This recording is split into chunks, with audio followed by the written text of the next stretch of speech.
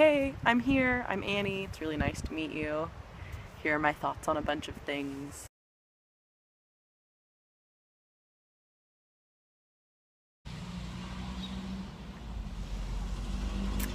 Okay, so I know that I'm out here trying to be all like, I'm the cool vegan. I don't care whether or not you go vegan. Nah, nah, nah, nah, nah. And that's true to an extent. I really do believe that your body knows better than my body knows what your body wants and needs. I also know that I spent a lot of time not knowing what my body wanted and needed, and so wanted to share some information that has been very powerful.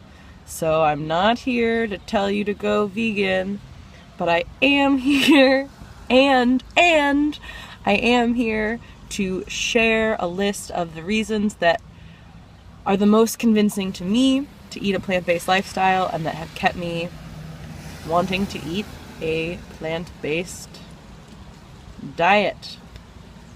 Hell yeah for plants. And I know that seems dorky. I think it's part of the thing. The longer you eat more plants, the nerdier you get about them because they're so cool. And there's so many of them. And I really will stand back or reiterate that my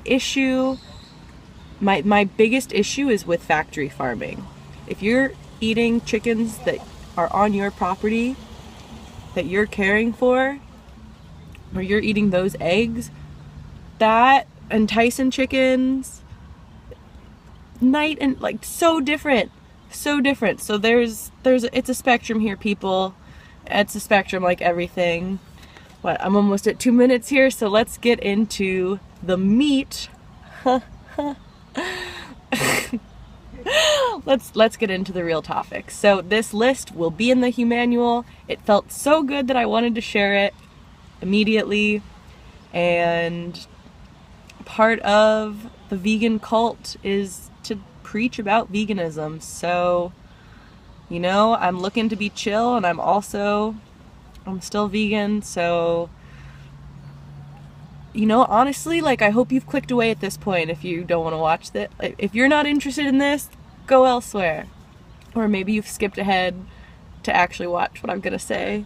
That's not just this intro. Alrighty. Number 1. Much like humans, cows, which are also mammals, only lactate right after giving birth. So when I was a vegetarian, I very much felt like I was making the most compassionate choice. I was like, of course I'm not going to eat meat because you have to kill an animal for that, but cows need to be milked. It's just a natural thing that happens. Cows need to be milked. That doesn't tell the whole story. So it's really similar to humans when they give birth and then they produce milk for their baby. For a small period, for a finite period of time, that mammal is lactating to take care of its small mammal. Right? When I first stepped back and I thought about this, I was like, duh. And then go watch some movies, go look into it, watch the ways in which cows are manipulated into producing milk all the time. And ask yourself if you want to be drinking that. This is going to be a fun video for me of balancing sharing my opinions without it being so judgmental or so like this. So this is great practice. The other one that maybe is a little more talked about or is becoming a little more mainstream is that no other mammal has milk past a certain age. So milk and is an amazing, how cool is that mammals do that and that we do that. However, at a certain age, a certain point in development, all the other mammals are like, all right, we're good here. That's the milk period of life, and now we're done.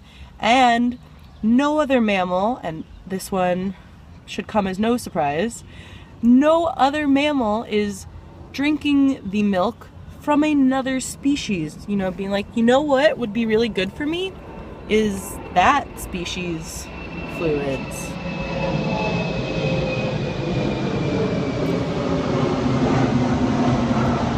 With all that being said, with dairy, and this comes from a past cheesehead, again, for the next 2 decades of my life, I get to say I ate dairy more days than I did not. So I hear you on eating dairy, and that is part of why I'm doing my best to not tell you what to do or to tell you that you're wrong or to shame you in any way, because who am I to do that? I ate cheese every day, decades. With that being said, go read the Wikipedia page on casomorphine and read about cheese literally being addicting. Read about why certain chemicals in cheese and what that does and how that makes, ideally, the baby cow come back to their mom, or the human keep buying more and more cheese. And by human, I do mean past me. So please read that Wikipedia page. Another one that is, what all of these I think are things that we all are aware of to some capacity. It's the, how often do we talk about them or really think about them? The next point is looking at the longest living civilizations in the world and looking at their diets. The longest living civilizations are not eating dinner that half their plate is meat or animal product. The longest living civilizations are eating lentils and they're eating rice and beans. And sure, some of them are having some animal products. Look at the proportion of animal products to the proportion of plants. And this is again why I do my best to promote reducitarianism and say eat mostly plants. Reduce your intake of animals. Reduce your support of factory farming. Or really, let's say goodbye to factory farming. I think we've evolved beyond that, humans. Come on! Cooking wise, people flavor food with plants. So, I don't know about you, but I've never seen a menu that said, like, chicken flavored zucchini. Nope, we use plants. We use different herbs and different plants to flavor all of our food.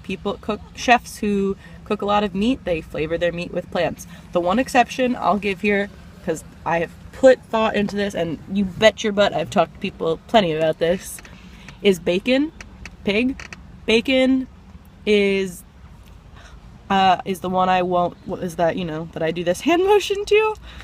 Bacon is used as a condiment. I think it's a wanting fat and salt. I was not a meat eater. I can't empathize with eating bacon. To me, it's pig, it's animal, it's so like, I guess this would be a good point in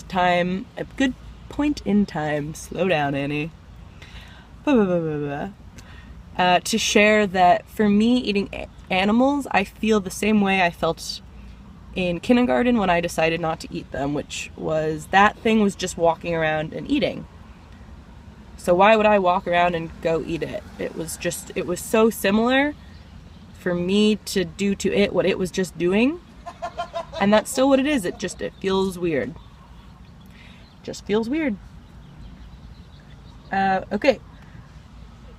With that being said, there's some other great articles out there you can read about pesticides and about also just the diets that we're feeding, that factory farmed animals are being fed right now. I'm sure many of you have seen the infographic of the chicken getting bigger and bigger breasted and like not being able to support themselves because they've been so inbred for consumption by humans. What are we doing? These are living things, people. And the animals that eat pesticides, those pesticides get exponentially more harmful when you're eating the animal that ate the pesticides. So there's a lot of fun things that you could go down the Google rabbit hole as well there, if you're interested, friends. And in terms of health, most of us know that inflammation, or most research is in favor, I guess, of inflammation being one of the biggest causes of disease. And there's many forms of inflammation, and There's many research articles out there showing that a plant-based diet is the way to guarantee the least inflammation in the body. So digestive issues, muscle issues, tendinitis, recovery from workouts, all of these things. Your likelihood of inflammation is lowest the more plants you eat. So another reason to eat some more plants. Okay, and then the big two for me, the ones I'll end with, are 1, factory farming is literally the biggest contributor to global warming. So I'm guessing if you're watching this video, you're someone who believes that global warming is a thing that we as humans are collectively causing. And as I've said in other videos, sure, food is not the only thing. Flying, driving, using plastic, there's a lot of causes, there's a lot of things that are influencing the environment, and I'm happy to talk about all of them. However, statistically speaking, factory farming is the #1 issue. And what irks me so much about that is that the countries that are factory farming and that are destroying the environment are the ones who are experiencing the impacts of global warming the least, and will be the least to feel it, and the last ones to feel it. The countries who are experiencing the impacts of global warming that have already occurred because of the factory farming in this country are small countries that are not contributing to global warming. So these people are getting wrecked by tsunamis, by other things, and they're eating mostly plants and some local animals.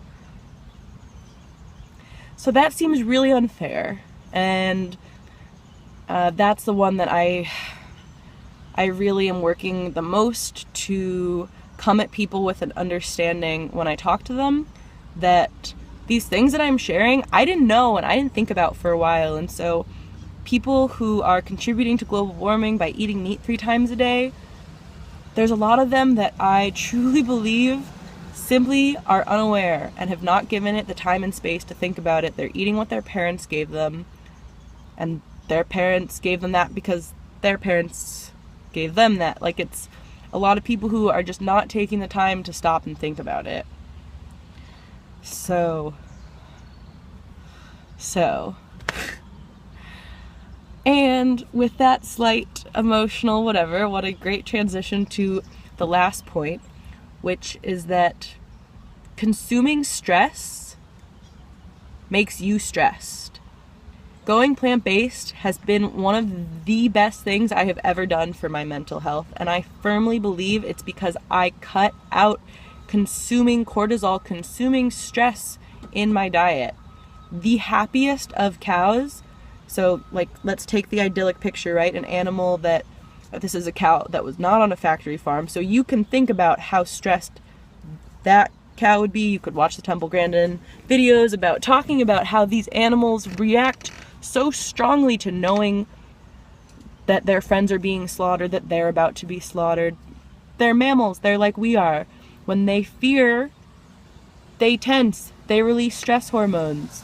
When cows are being pumped full of hormones so that they continually produce milk and they're living in small conditions, they're in fear. There is fear both in a like hippy-dippy metaphysical spiritual sense and also in a biochemical cortisol and other stress hormone sense.